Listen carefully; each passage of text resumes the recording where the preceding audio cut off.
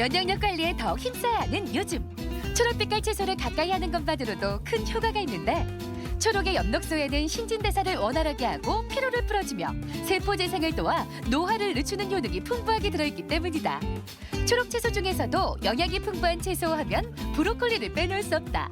대표적인 항암식품이면서 비타민과 미네랄이 풍부해 세계 10대 슈퍼푸드에 선정됐을 만큼 그 진가를 인정받은 브로콜리. 오늘 건강박상에서는 슈퍼푸드 브로콜리와 함께한다. 브로콜리는 미국 국립암연구소가 선정한 10대 암 예방식품, 타임지에서는 10대 슈퍼푸드로 선정할 정도로 건강에 매우 좋은 음식입니다. 설포라판, 인돌 성분이 있어 항암작용이 뛰어나고 각종 비타민, 식이섬유가 풍부해 피로회복, 면역력 강화, 시력보호, 혈압 조절에 좋고 체력 보충에 효과적인 음식으로 칼로리도 낮아서 다이어트에도 좋은 그야말로 100점짜리 음식입니다. 브로콜리를 고를 때는 꽃봉오리가 수북하고 단단한 것이 좋으며 선명한 녹색을 띠고 있을수록 싱싱한 브로콜리다. 오늘의 첫 번째 요리는 싱그러운 브로콜리와 컬러풀한 채소들을 더욱 상큼하게 즐길 수 있는 브로콜리 샐러드. 이어서 부드러운 맛의 향연이 펼쳐진다. 크림과 카레 브로콜리의 3단 궁합. 브로콜리 크림 카레 우르릉도 만들어보자. 비타민C가 레몬의 2배나 들어있는 브로콜리는 섬유질이 풍부해서 다이어트 식단으로 제격인데요. 단백질을 섭취할 수 있는 돼지고기 목살과 탄수화물을 섭취할 수 있는 고구마를 곁들인 다이어트 식단인 브로콜리 샐러드 만들어 볼게요. 브로콜리에는 비타민 A와 B1, B2도 많이 들어있어 점막의 저항력을 강화시켜 감기와 같은 세균 감염을 막는 데 도움을 준다. 또한 브로콜리에는 철분이 많이 들어있어 빈혈 예방에도 효과적이다. 오늘의 첫 번째 요리인 브로콜리 샐러드. 먼저 깨끗이 손질한 브로콜리를 한 입 크기로 썰어주는데 브로콜리는 잎의 줄기 부분에 영양소가 풍부하기 때문에 줄기까지 남김없이 먹도록 하자. 보통 브로콜리는 줄기 부분은 잘 드시지 않죠. 하지만 이 줄기 부분은 굉장히 아삭하고 영양분도 풍부하기 때문에 꼭 채 썰어서 함께 드셔보세요. 샐러드에 함께할 채소도 썰어놓자. 양파와 당근은 가늘게 채로 썰어 준비한다. 삶은 고구마는 껍질을 벗긴 후 적당한 크기로 썰어준다. 이어서 소금물에 브로콜리를 데치는데 물이 끓을 때 15초에서 20초 정도 재빨리 데쳐야 영양 손실을 줄일 수 있으며 색도 곱고 식감도 좋아진다. 브로콜리를 삶으실 때는 끓는 소금물에 빠르게 단시간에 삶아내야 영양소도 파괴되지 않고 색깔도 예쁜 브로콜리를 드실 수 있습니다. 샐러드에 함께할 돼지고기도 준비하자. 키친타월을 이용해 핏물을 빼고 적당한 크기로 잘라준 후 프라이팬에 기름을 두르고 돼지고기를 구워주는데 중약불에서 5분간 굴려가며 노릇하게 구워준다. 소금과 후추로 간을 하는 것도 잊지 말자. 저는 오늘 기름기가 다소 적은 돼지고기의 목살을 구워봤는데요. 돼지고기의 칼로리가 부담스러우신 분들은 닭가슴살이나 생식 두부를 이용하셔도 좋습니다. 샐러드의 맛을 풍부하게 해줄 드레싱도 만들어 놓자. 다진 양파와 다진 마늘, 다진 파를 넣고 간장, 맛술, 설탕, 식초를 더한 후 식여자와 카놀라유를 조금 넣고 잘 섞어준다. 그리고 썰어놓은 브로콜리와 당근을 드레싱에 잠시 버무려 놓는다. 브로콜리나 당근처럼 단단한 채소들은 드레싱에 5분 정도 재워두면 간이 배서 더욱더 맛있게 먹을 수가 있습니다. 그릇에 브로콜리와 당근, 고구마, 돼지고기를 올린 후 드레싱을 뿌리면 브로콜리 샐러드 완성! 맛있으면서도 건강한 한 끼 브로콜리 샐러드. 초록 비타민 브로콜리를 비롯해 식이섬유 풍부한 고구마와 단백질 가득한 돼지고기까지 한 끼 대용으로도 그만이다. 건강식품으로 손꼽히는 브로콜리는 주로 데쳐서 먹곤 하죠. 이 브로콜리를 잘 활용하면 좋은 소스로 만들 수 있습니다. 오늘은 브로콜리를 갈아서 생크림과 섞어 만든 브로콜리 크림 카레 우동 만들어 볼게요. 브로콜리에 들어있는 항암 물질인 설포라펜은 위암이나 유방암과 같은 암의 발생을 억제하는 효과가 높다고 알려져 있다. 또한 브로콜리에는 칼슘이 풍부하게 들어있어 골다공증 예방에도 도움을 준다. 오늘의 두 번째 요리인 브로콜리 크림 카레 우동. 먼저 브로콜리를 작게 썰어준다. 그런 다음 소금을 넣고 끓인 물에 브로콜리를 넣어 살짝 데친 후 건져낸다. 이어서 데친 브로콜리는 물과 함께 믹서에 넣고 곱게 갈아준다. 브로콜리는 송이들이 붙어있기 때문에 깨끗하게 세척하는 게 중요한데요. 베이킹소다를 풀어놓은 물에 10분 정도 담갔다가 깨끗한 흐르는 물에 다시 한번 씻어주세요. 양파와 양배추는 작게 썰고 대파는 어슷하게 썰어준다. 요리의 또 다른 주인공 감자도 준비하는데 껍질을 벗긴 감자는 적당한 크기로 잘라준다. 그런 다음 삶아서 익힌 후 곱게 으깨준다. 볼에 브로콜리즙과 으깬 감자, 생크림, 소금을 넣고 잘 섞어가며 브로콜리 감자 크림을 만든다. 그리고 짤주머니에 넣고 밀봉한 후 냉장고에서 잠시 숙성시켜준다. 이렇게 브로콜리 감자 크림을 만들어서 냉장고에 숙성시키게 되면 맛도 더 좋아지고 점성이 생겨서 나중에 우동 위에 오를 때 편하게 올릴 수 있습니다. 면도 삶아놓는데 끓는 물에서 1분 정도 삶은 후 건진 다음 찬물에 담가 놓는다. 이어서 팬에 오일을 두르고 파를 볶다가 양배추, 양파, 건고추를 더해준다. 어느 정도 채소가 익으면 맛술을 넣고 볶다가 치킨 스톡과 카레가루 푼 물을 부은 후 조금 더 끓여준다. 브로콜리와 데친 면을 넣고 한 번 더 끓여준다.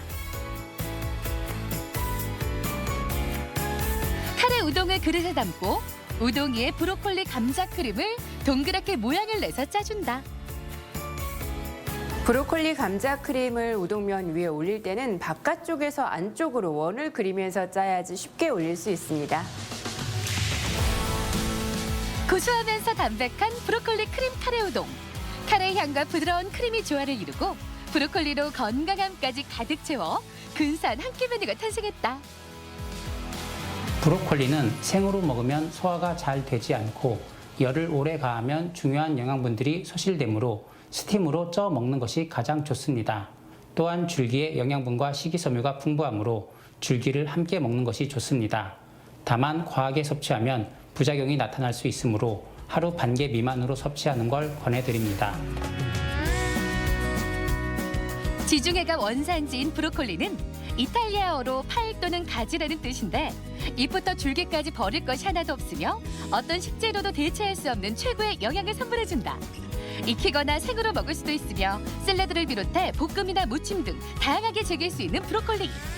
나른한 봄날 슈퍼푸드 브로콜리로 우리 가족의 몸과 마음에 활력을 불어넣어보자.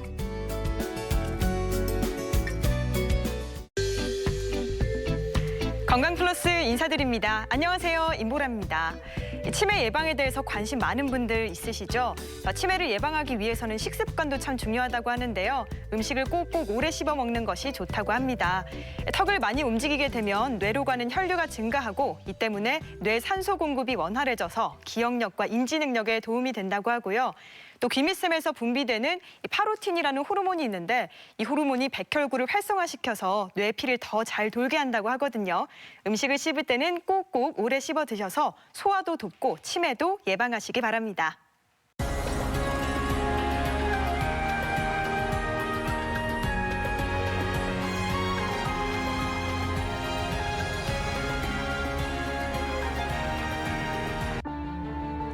갑자기 귀가 잘 들리지 않는 돌발성 난청 환자가 늘고 있다. 돌발성 난청은 건강한 귀에 갑자기 고도의 난청이 일어나는 질환으로 뇌에 있는 달팽이관 속 선무세포의 손상으로 발생한다. 정확한 원인은 밝혀지지 않았지만 바이러스 감염이나 혈액순환 장애, 청신경 종양, 그리고 과도한 스트레스 등이 원인으로 추정된다. 돌발성 난청은 바이러스 감염이나 미세혈관 장애로 인해서 갑작스럽게 감각신경성 난청이 발생한 경우인데요. 보통 일반적인 진단 기준은 72시간 이내에 연속되는 새 주파수에서 30데시벨 이상의 청력 저하가 보인 경우에 우리가 진단을 할 수 있습니다. 하지만 그 난청의 정도나 형태가 꼭 이 기준에 부합되지 않더라도 갑작스럽게 돌발적으로 감각신경성 난청이 발생했다면 돌발성 난청으로 진단할 수 있겠습니다. 돌발성 난청은 30대에서 50대 사이에 주로 나타난다. 하지만 최근 스트레스나 이어폰의 과도한 사용 등으로 젊은 층에서도 발병률이 늘고 있는데 돌발성 난청은 치료를 빨리 시작할수록 효과가 좋지만 치료 시기가 늦어지면 청력 회복이 어려울 수 있는 만큼 초기에 적극적으로 치료해야 한다. 오늘 TV 주치에서는 벼랑간 찾아온 침묵 속의 세상, 돌발성 난청에 대해 알아본다. 평상시에는 의사소통에 불편함을 느끼지 못하다가 어느 순간부터 귀가 갑자기 멍해지거나 시끄러운 곳에서 대화를 하기가 어렵다면 의심해야 할 질환이 있습니다. 바로 돌발성 난청인데요. 오늘 이 시간 돌발성 난청에 대해서 자세히 알아보도록 하겠습니다. 도움 말씀에 의지대학교 병원 이비인후과 광민영 교수 모셨습니다. 안녕하세요. 네, 안녕하세요. 네, 자 오늘의 주제가 바로 돌발성 난청인데요. 먼저 돌발성 난청이 어떤 질환인지 설명부터 해주실까요?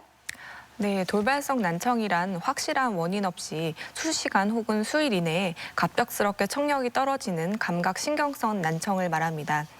우리가 난청의 가장 흔한 원인은 노인성 난청인데요. 이것은 몇 년이나 혹은 몇 개월에 걸쳐서 서서히 진행하는 반면에 돌발성 난청은 갑자기 진행한다는 그런 특징이 있습니다. 또 다른 난청 질환들은 일반적으로 양쪽 귀가 동시에 침범을 하는데 이 돌발성 난청은 주로 한쪽에서만 발생하는 경우가 대부분입니다. 네, 한순간에 갑자기 들을 수 없게 되는 걸 돌발성 난청이라고 하셨는데 자 그런데 이 돌발성 난청도 이상 부위에 따라서 두 가지로 나뉜다고 들었거든요. 네, 외부에서 소리가 발생을 하면은 이 소리는 귓밖에서 소리가 모아지고 귓구멍이라고 불리는 웨이도를 지나서 소리가 고막을 진동시키고 공기로 차 있는 중이강 안쪽으로 지나갑니다. 이때 소리 에너지는 고막과 연결된 작은 뼈 3개를 지나 달팽이관과 청각신경으로 전달이 되는데요. 이 과정을 거쳐서 우리가 소리를 인지하게 되는 것입니다. 난청은 크게 두 가지로 구분이 됩니다. 먼저 전도성 난청은 웨이도와 고막, 중이강 내의 어떤 구조 이상으로 소리 전달에 문제가 생기는 것을 말하고 감각신경성 난청은 뼈 안에 위치한 달팽이관과 청각신경 중추까지의 신경 전달 경로의 이상으로 발생하는 난청입니다. 이때 돌발성 난청은 감각신경성 난청의 형태를 띠게 되고요. 따라서 귀의 바깥 부분, 고막이라든지 중이강 상태는 정상을 나타냅니다. 자 그렇다면 이 돌발성 난청의 증상에는 어떤 게 있을까요? 네, 우리는 다양한 종류의 소리를 듣고 사는데요. 이 소리들은 각각 해당하는 주파수가 있습니다. 새라든지 비행기 소리, 여성이나 아이들의 말소리는 높은 고주파수 소리에 해당이 되고요. 남성의 말소리나 자동차가 지나가는 소리, 강아지가 짖는 소리는 낮은 주파수, 저주파수에 해당이 됩니다. 이 소리의 주파수에 따라서 달팽이관에서 각각 소리를 전달하는 자리가 정해져 있습니다. 따라서 달팽이관의 어느 주파수에 해당하는 부분이 망가졌느냐에 따라서 청각 검사 그래프가 다양하게 나타나고 증상도 다르게 나타날 수 있습니다. 갑자기 소리가 안 들린다는 게 아무래도 제일 많이 호소하는 증상이고요. 저주파수 영역에 국한된 돌발성 난청이 발생하신 분들은 귀는 적당히 잘 들리는데 귀가 꽉 막히거나 먹먹하다라고 호소를 하십니다. 그 외에 무슨 말인지 잘 못 알아듣겠다 혹은 소리가 기계음이나 뭔가 로봇 소리처럼 변조돼서 들린다 이런 증상들을 호소하십니다. 동반 증상으로는 매미 소리, 삐윙 하는 그런 이명 증상이 보통 돌발성 난청의 한 70% 정도에서 확인이 되고요. 어지럼증 증상이 동반이 되기도 합니다. 자 그렇다면 이런 돌발성 난청 대체 왜 생기는 걸까요? 네, 돌발성 난청의 원인은 명확하게 찾지 못하는 경우가 대부분인데 아마 여러 가지 원인들이 복합적으로 작용해서 생기는 것이 아닌가 추정하고 있습니다. 가장 유력한 것은 바이러스 감염과 혈관 장애, 와음막 파열이라든지 청신경 종양 같은 데서 우리가 원인을 생각하는데요. 돌발성 난청을 앓으신 분들이 바이러스 감염, 인플루엔자나 장내 바이러스 질환에 선행된 부분들이 있고 또 감기를 미리 앓았던 분들도 있기 때문에 이런 바이러스 감염을 어떤 원인으로 추정을 하고 있습니다. 또 우리가 뇌나 심장으로 들어가는 혈액 공급이 떨어지면은 뇌졸중이나 심근경색이 발생하는 것처럼 달팽이관으로 들어가는 혈관에 문제가 생기면 돌발성 난청이 발생할 수 있습니다. 네, 그렇다면 돌발성 이 난청의 위험 인자로 당뇨병도 있다고 들었는데 그 이유는 뭘까요? 네, 돌발성 난청의 가능한 위험 요인으로 당뇨, 고혈압, 뇌혈관 질환 같은 것들이 있습니다. 2만 명 정도의 그 당뇨 환자, 비당뇨 환자를 대상으로 10년에 걸쳐서 돌발성 난청 발생률을 확인한 연구가 있습니다. 그래프에서 보시는 것처럼 시간이 지나면서 당뇨 환자에서 돌발성 난청 발생률이 보다 높게 확인되는 것을 볼 수가 있습니다. 혈관 안에 당이 많아서 끈끈해지면서 혈관벽을 이루는 내피세포에 손상을 일으키고 2차적으로 달팽이관의 미세 순환을 떨어뜨리는 것으로 보입니다. 어떤 경우를 돌발성 난청이라고 말할 수 있는지 의학적인 진단 기준도 궁금합니다. 네, 이것은 수능 청력 검사 결과지인데요. 정상인과 돌발성 난청인의 실제 검사 결과입니다. 빨간색 동그라미는 오른쪽 귀, 파란색 과이표는 왼쪽 귀 상태를 나타냅니다. 제가 임의로 그려놓은 이 20데시벨이라는 점선을 기준으로 이 그래프가 위에 그려지면 정상인 것이고 밑으로 내려가 있으면 돌발성 난청이 있다는 얘기입니다. 즉 수치로 얘기를 하면은 0에 가까울수록 좋은 청력을 의미하는데요. 숫자가 커질수록 안 좋은 것이라고 생각하면 쉽습니다. 의학적으로 사용되는 돌발성 난청의 진단 기준은 연속하는 3개의 주파수에서 30데시벨 이상으로 떨어졌을 때입니다. 하지만 반드시 이 기준에 들어간다고 해서 돌발성 난청으로 진단하는 것은 아니고요. 주관적인 증상과 함께 반대측 귀에 비해서 의미 있게 검사상 감소가 있거나 부분적으로 특정 주파수에 감소가 있더라도 돌발성 난청으로 진단을 할 수가 있습니다. 네. 자, 이 돌발성 난청의 진단법에 대해서도 여러 가지가 있을 것 같은데요. 어떻습니까? 네, 진단을 위해서는 자세한 병력 청취와 수능 워음 청력 검사가 가장 중요한 검사입니다. 특히 노인 환자들 같은 경우는 병력 문진이 불분명하고요. 또 노인성 난청이 함께 섞여 있을 수 있기 때문에 더욱 유의해서 봐야 합니다. 혈액 검사는 원인이 될 만한 어떤 전신 질환 여부를 확인하기 위한 목적이기도 하지만 치료에 앞서서 전신 상태를 점검하기 위한 이유로 검사를 시행하게 됩니다. 보다 객관적인 청력 검사로는 이흠양 방사 검사나 청성내관 반응 검사가 있습니다. 이흠양 방사 검사는 달팽이관의 유모세포의 손상을 확인할 수 있고 청성뇌관 반응 검사는 소리 신호가 달팽이관에서 청각신경 중추에 이르기까지 발생하는 신경 전달 경로를 기록하는 검사입니다. 돌발성 난청에서 이상 말씀드린 검사가 모두 필요한 것은 아니고요. 선별적으로 진행을 하게 됩니다. 네. 근데 눈에 띄는 게 돌발성 이 난청 검사를 할 때 MRI 검사도 함께 받아야 된다고 하던데 그 이유가 뭘까요? 네, 앞서 설명드렸다시피 돌발성 난청의 중요한 원인으로 전정신경 초종이 있습니다. 보통 전체 돌발성 난청 환자들 중 한 3% 정도에서 확인이 되는데요. 특히나 어음 청력 검사, 즉 말소리 분별력이 떨어져 있는 경우에 이런 종양성 질환을 의심해 볼 수 있습니다. MRI 검사를 하지 않으면 전정신경 초종과 같은 뇌종양 질환을 임상적인 단서만을 가지고 감별하기는 힘듭니다. 청성내관 반응 검사를 통해서도 종양 감별하는 데 어느 정도 도움은 받을 수 있는데요. 일부 진단을 놓칠 수 있기 때문에 MRI가 가장 예민하고 유용한 검사법이라고 할 수 있습니다. 네. 전정신경 초종, 용어도 굉장히 어려운데 어떤 질환인지 자세히 소개해 주시죠. 네, 전정신경 초종은 신경세포를 둘러싸고 있는 슈반세포라고 하는 곳에서 기원하는 종양입니다. 양성 종양이긴 한데 종양이 다양한 방향으로 커지면서 주변 뇌신경이나 또는 뇌관, 손해 등을 압박할 수가 있습니다. 전정신경 초종은 초기 증상이 돌발성 난청 환자들과 유사하게 청력 감소, 이명, 어지럼증과 같은 증상을 호소하게 되는데요. 종양이 확인되면 종양의 크기나 성장 속도에 따라서 추적 관찰, 감마 나이프, 수술적인 제거가 필요합니다.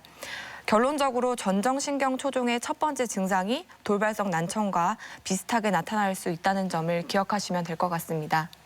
네. 자, 그렇다면 이 돌발성 난청과 감별이 되는 다른 질환들 어떤 것들이 있을까요? 네, 갑작스럽게 생길 수 있는 청력 저하를 호소할 수 있는 질환들이 여러 가지가 있습니다.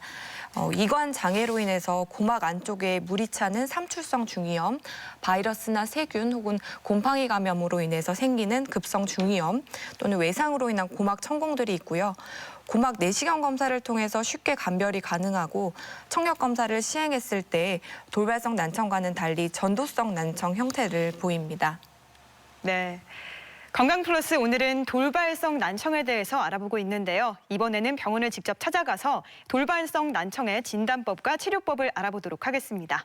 화면으로 만나보시죠. 갑자기 한쪽 귀가 꽉 막힌 느낌이 들고 대화 소리가 먹먹하게 들린다면 돌발성 난청을 의심해야 한다. 돌발성 난청은 평소 정상적이던 귀에 갑자기 고도의 난청이 생기는 질환으로 두 귀의 청력이 30데시벨 이상 차이가 나면 돌발성 난청으로 진단하며 이명이나 현기증을 동반하기도 한다. 네, 어디 불편해서 오셨어요? 예, 어제 일하다가 갑자기 한쪽 귀가 좀 약간 먹먹한 느낌이 나면서 안 들려가지고 그래서 오게 됐습니다. 예, 특별히 그러면 귀가 잘 안 들리게 될 만한 생각나는 원인은 없으세요?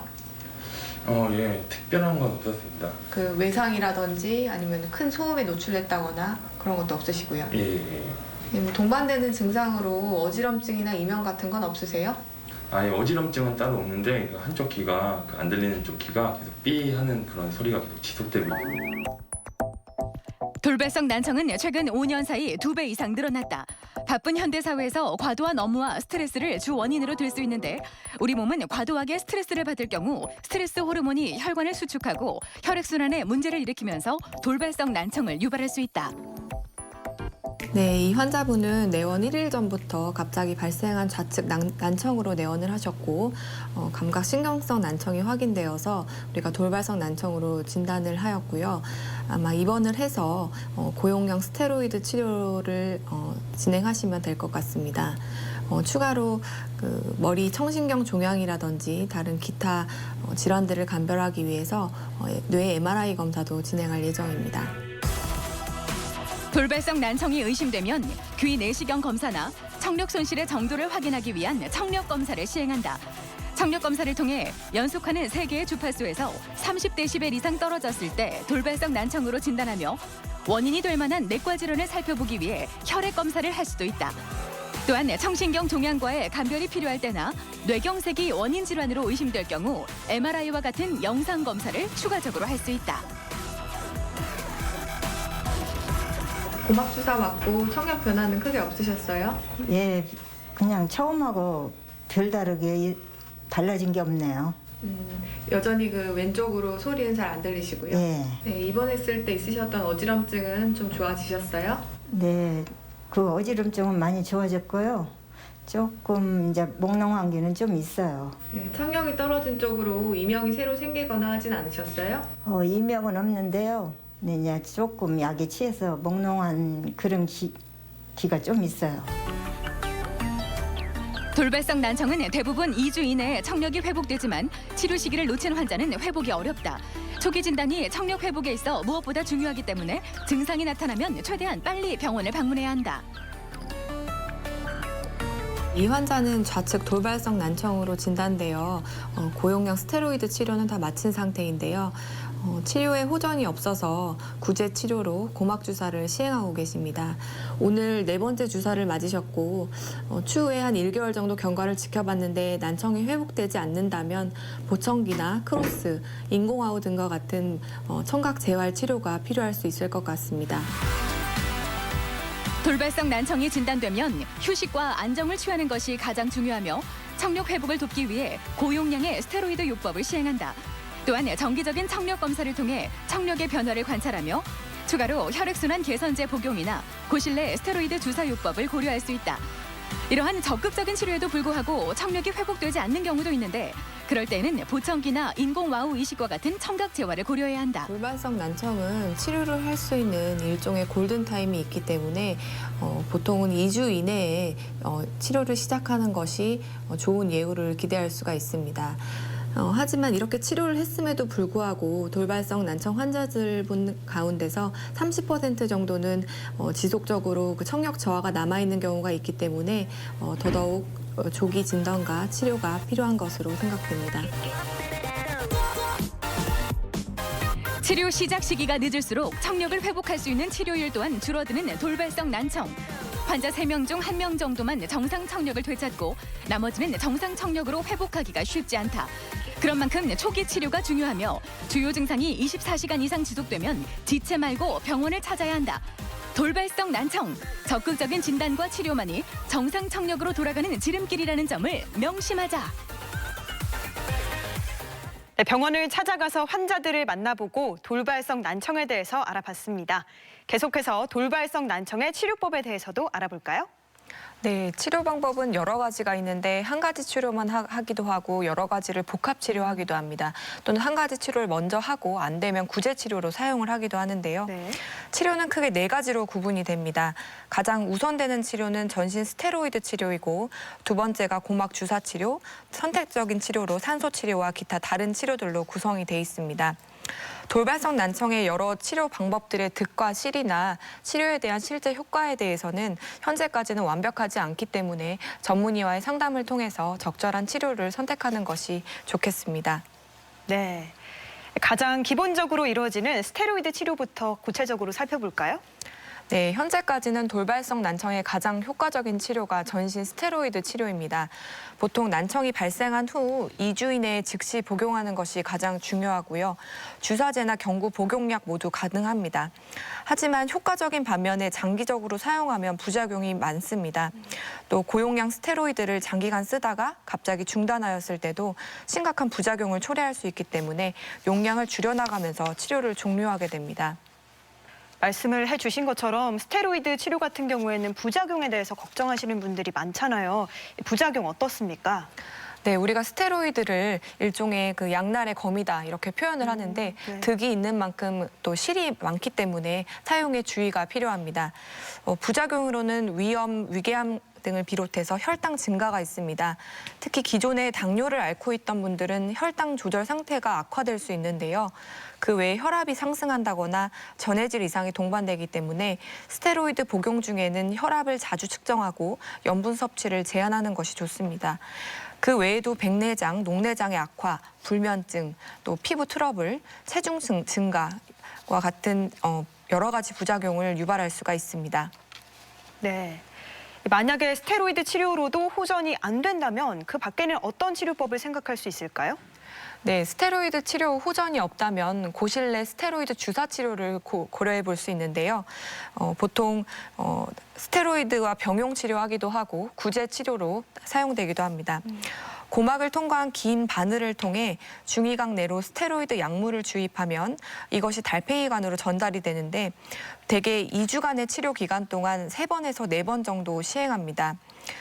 고실내 주사 치료는 전신 스테로이드 치료에 비해 전신 부작용이 덜하지만 주사를 맞을 때마다 외래에 방문해야 된다는 불편함이 있고 또 약물 흡수를 최대화하기 위해서 주사 시행 후 30분 정도 이제 옆으로 누워 있다가 귀가를 해야 되는 단점이 있습니다.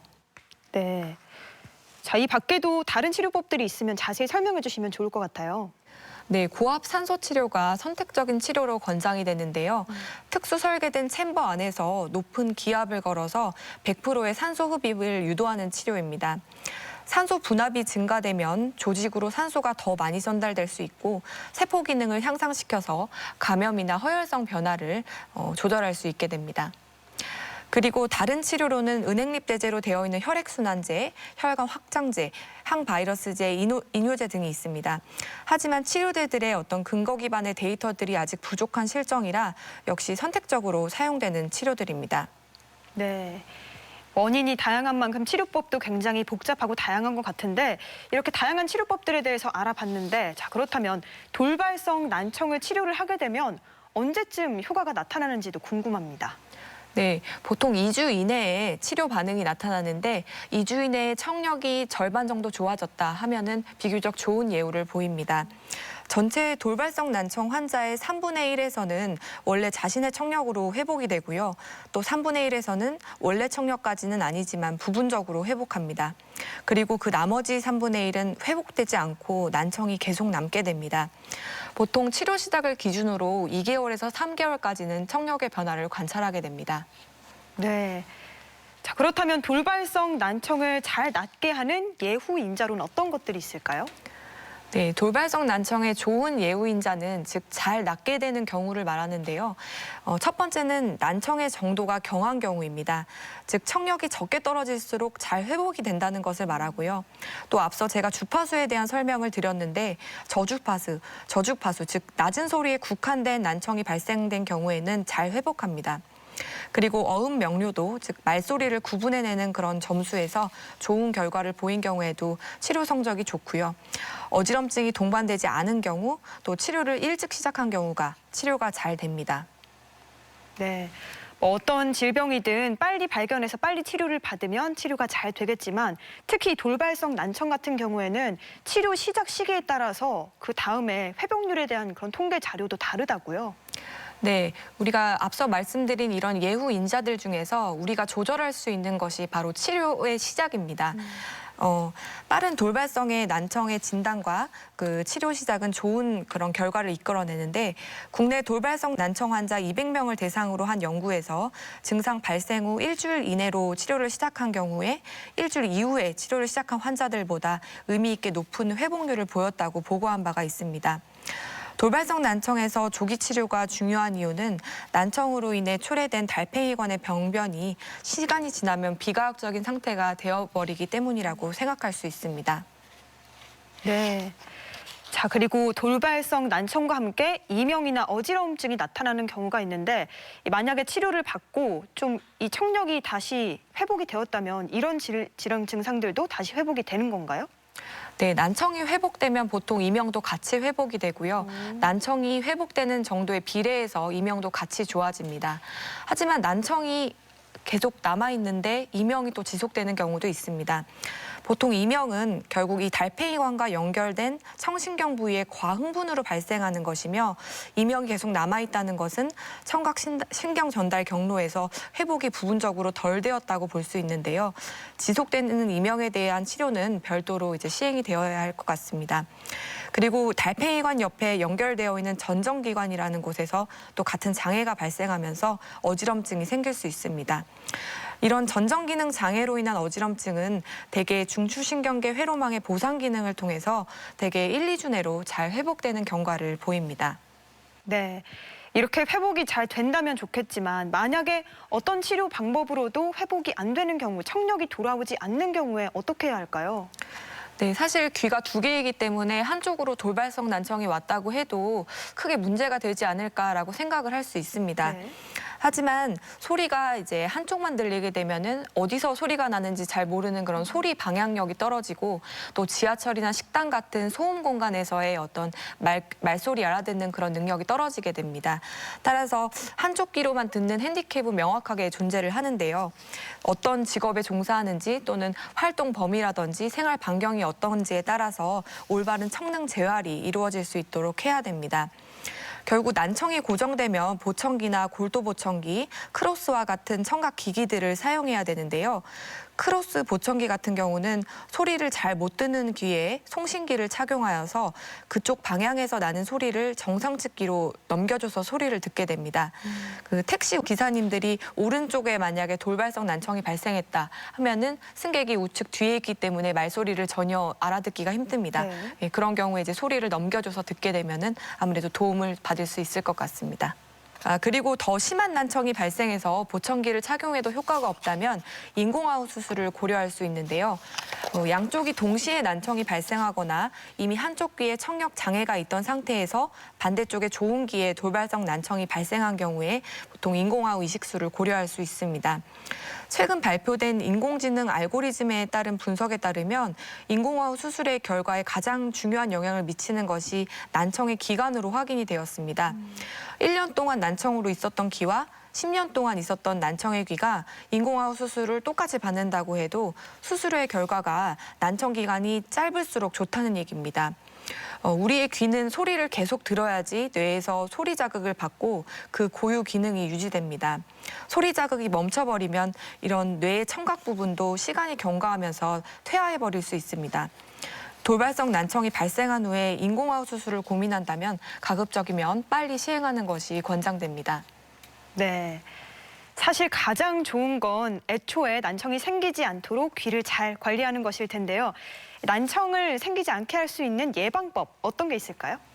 네, 가장 중요한 것은 소음 노출입니다.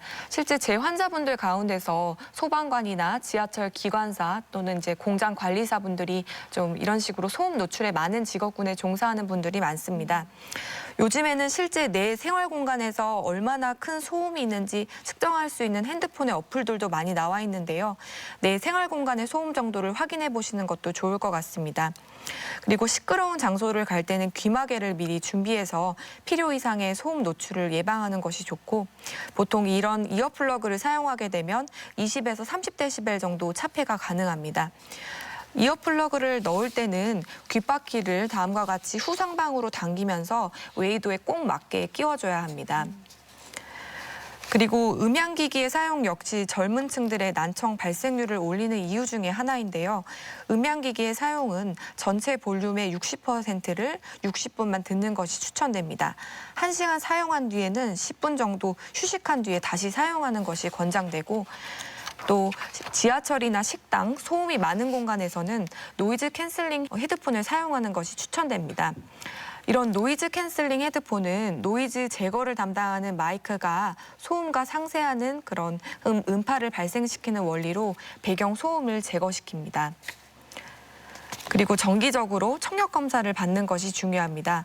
나이가 들면서 서서히 발생하는 난청은 나도 모르게 진행하는 경우가 많기 때문에 고령 환자분들 가운데서도 소리는 잘 들리는데 청력 검사했더니 이렇게 떨어졌는지 몰랐네요. 이렇게 얘기하시는 분들도 많습니다. 소리를 잘 못 듣게 되면은 단순한 의사소통 문제에서 소외감이라든지 대인 기피증이 생길 수 있습니다. 또 더 나아가서 뇌에서 그 청각을 담당하는 부분의 어떤 능력이 떨어지면은 인지기능 저하로 연결이 되고 또 치매에 걸릴 위험이 증가할 수 있습니다. 따라서 그 돌발성 난청으로 진단된 사람들의 경우에는 재발의 가능성이라든지 반대쪽 귀의 상태에 대해서 시간 간격을 두고 청력 상태를 관찰해야 합니다. 이 밖에 돌발성 난청의 위험 요인을 줄여주기 위해서 혈당 조절이라든지 혈압 관리 등이 필요합니다. 네, 누구에게나 갑자기 나타날 수 있는 돌발성 난청, 핵심에 대해서 마지막으로 정리를 해주시죠. 네. 급성 난청이나 이명은 우리가 치료할 수 있는 골든타임이 있기 때문에 치료 시기를 놓치면 치료가 힘들어질 수 있습니다. 그래서 적어도 일주일 이내에 치료를 시작하는 것이 권장되고요. 또한 돌발성 난청이 발생했을 때 MRI 검사를 통해서 전정신경 초종과의 감별을 하는 것이 중요하고, 마지막으로 소음 차단을 위해서 힘쓰고 또 정기적인 청력 검사를 통해 난청을 예방하는 것이 좋을 것 같습니다. 그렇군요. 대전 MBC 건강플러스, 오늘은 돌발성 난청에 대해서 이야기 나누고 있는데요. 자, 이번에는 돌발성 난청에 대한 오해와 진실을 OX로 짚어보겠습니다. 첫 번째 질문입니다. 스트레스가 심하면 돌발성 난청이 올 수도 있다. O일까요, X일까요? 네, O입니다. 그 과도한 스트레스나 피로 누적은 기본적으로 호르몬 변화라든지 면역 기능에 이상을 일으킬 수 있습니다. 우리가 돌발성 난청의 원인으로 바이러스 감염이라든지 또 혈액순환 장애를 얘기했는데, 이런 부분에 스트레스가 간접적으로 영향을 미칠 수 있습니다. 따라서 과도한 스트레스나 피로 누적을 피하고 건강한 생활 리듬을 확보하는 것이 중요하겠습니다. 네. 자, 다음 질문입니다. 나이가 들수록 돌발성 난청 발병률이 높아진다. 이건 OX, 어느 걸까요? 네, O입니다. 국내 돌발성 난청 유병률을 보면은 나이가 들면서 그 돌발성 난청 유병률이 증가되는 것을 확인할 수가 있는데요. 특히 이 가장 많은 발병 연령대가 50대에서 60대인 것으로 알려져 있습니다. 그리고 돌발성 난청은 시간이 지나면 좋아진다. O인가요, X인가요? 네, 세모입니다. 자연 회복률은 문헌에 따라서도 다양하게 보고되고 있고, 또 돌발성 난청 환자분들 중에서도 며칠 지나니 바로 좋아졌어요, 이렇게 얘기하시는 분들도 분명히 있습니다.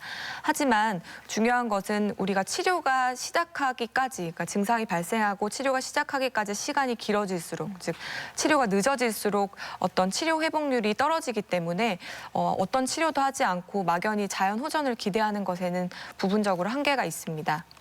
네. 자, 다음으로 돌발성 난청이 의심이 되면 MRI 검사를 꼭 받아야 한다. O인가요, X인가요? 네, O입니다. 돌발성 난청으로 진단되면 어떤 병원에서도 다 이제 MRI를 필수적으로 권장하고 있습니다. 이제 환자분들 가운데서 그러면 치료를 통해서 난청이 회복되었어도 MRI를 찍어야 되나요? 이렇게 묻는 분들도 계시는데요. 우리가 이 돌발성 난청이 뇌종양에 의해서 발생한 경우에는 이 뇌종양 자체에서 분비하는 그런 염증성 물질로 달팽이관에 손상을 일으켜서 난청이 생기는 것입니다. 근데 스테로이드 치료를 해서 이런 염증 상태를 회복했더라도, 그러니까 난청이 좋아졌더라도 종양 자체는 그대로 있는 것이기 때문에 우리가 난청이 회복되었다라는 것이 그 종양이 없다를 의미하지는 않습니다. 따라서 돌발성 난청 환자분들은 반드시 MRI 검사를 진행하는 것이 필요합니다. 네. 이번 질문은 좀 심각한데요. 돌발성 난청으로 청력을 아예 잃을 수도 있다. 이건 O인가요, X인가요? 네, O입니다. 그 돌발성 난청 환자분들 중에서 30%는 난청이 그대로 남습니다. 즉 10명 중 3명은 난청이 회복되지 않는다는 것인데요. 우리가 문제는 약을 써서 이렇게 달팽이관의 손상된 부분을 회복시킬 수는 없지만 우리가 눈이 나빠지면은 안경 쓰는 것을 자연스럽게 생각하듯이 네. 어떤 올바른 청각 기기를 사용함으로써 청각 재활 치료를 시도하는 것이 또 중요한 부분인 것 같습니다. 네. 이렇게 돌발성 난청에 대한 오해와 진실을 OX로 풀어봤는데요. 자, 이번에는 시청자 여러분의 궁금증도 하나씩 풀어보겠습니다. 돌발성 난청이 한쪽 귀에 생긴 후 반대쪽 귀에도 올 수 있나요? 처음에 설명을 해주실 때 돌발성 난청이 한쪽 귀에만 오는 경우도 많다 이렇게 말씀을 해주셨었는데요. 만약에 두 쪽 귀 다 올 수도 있는 건가요? 네, 돌발성 난청이 양측에 동시에 오는 경우가 전체 환자 중에서 1에서 4% 정도이고요. 그리고 이렇게 한쪽에서 생긴 뒤에 반대쪽에 생기는 경우도 비슷하게 낮은 비율로 확인이 됩니다. 우리가 한쪽 돌발성 난청 후 반대쪽에 돌발성 난청이 생기기까지의 시간은 짧게는 1년에서 길게는 수십 년까지 보고가 되고 있습니다. 따라서 돌발성 난청 치료가 끝난 뒤에도 추후에 정기적으로 청력 검사를 시행하는 것이 권장됩니다. 돌발성 난청도 유전될 가능성이 있는지 궁금합니다. 네, 이 돌발성 난청이 유전될 수도 있는지 물어보셨는데요. 실제로 어떻습니까? 네, 원인이 특발성으로 알려진 이 돌발성 난청은 유전이 된다는 보고는 없습니다. 하지만 저주파수에 국한된 난청인 경우에는 돌발성 난청인 경우에는 여러 해 동안 이런 돌발성 난청을 경험하다가 추후에 어지럼증이 추가되면서 다시 메니에르 질환으로 진단이 되는 경우가 있습니다. 이런 메니에르 질환은 한 10% 정도에서는 유전성 경향이 확인이 되는데요. 따라서 돌발성 난청은 어떤 청력의 변화라든지 재발 여부를 판단하고 또 추후에 어떤 경과를 관찰하는 것이 필요하겠습니다. 지인이 돌발성 난청으로 스테로이드 치료를 받았는데 회복이 되지 않았습니다. 이럴 경우 스테로이드 치료를 더 받아야 하나요? 돌발성 난청으로 스테로이드 치료를 받았는데 회복이 되지 않았을 경우에 스테로이드 치료를 더 받아야 하는지 아니면 그 밖에 다른 치료법이 필요한지 물어보셨거든요. 어떤가요? 네, 돌발성 난청은 일종의 자체 회복 시기가 있기 때문에 그 시기를 지나버리면 비가역적인 상태가 됩니다. 우리가 상처가 난 뒤 그 흉터에 약을 바른다거나 먹는다고 해서 흉터가 없어지지 않는 것처럼 어떤 비가역적인 상태가 되었을 때 추가적으로 약을 먹거나 혹은 어떤 더 높은 고용량의 스테로이드 치료를 한다는 것에 대한 추가 이득은 보고된 바가 없습니다. 그러면 다른 치료법을 또 권할 수는 있는 건가요? 네, 보통은 이제 2, 3개월 정도 경과를 지켜보다가 안 되면은 이제 청각 재활기기 쪽으로 이제 재활 치료로 진행을 할 수가 있습니다. 네. 자, 끝으로 돌발성 난청에 대해서 꼭 기억해야 할 점, 핵심을 요약해 주시면 좋을 것 같은데요. 돌발성 난청은 네모다라고 한다면 이 네모를 어떻게 채워주시겠어요? 네, 돌발성 난청은 응급질환이다라고 표현을 할 수가 있습니다. 결국에는 빠른 진단 그리고 신속한 치료가 어떤 회복을 높일 수 있는 길입니다. 귀에 나타난 작은 증상이나 징후라도 놓치지 말고 이비인후과 전문의와 상담을 하고 또 정확한 검사를 통해서 진단을 하는 것이 가장 중요한 부분인 것 같습니다. 네.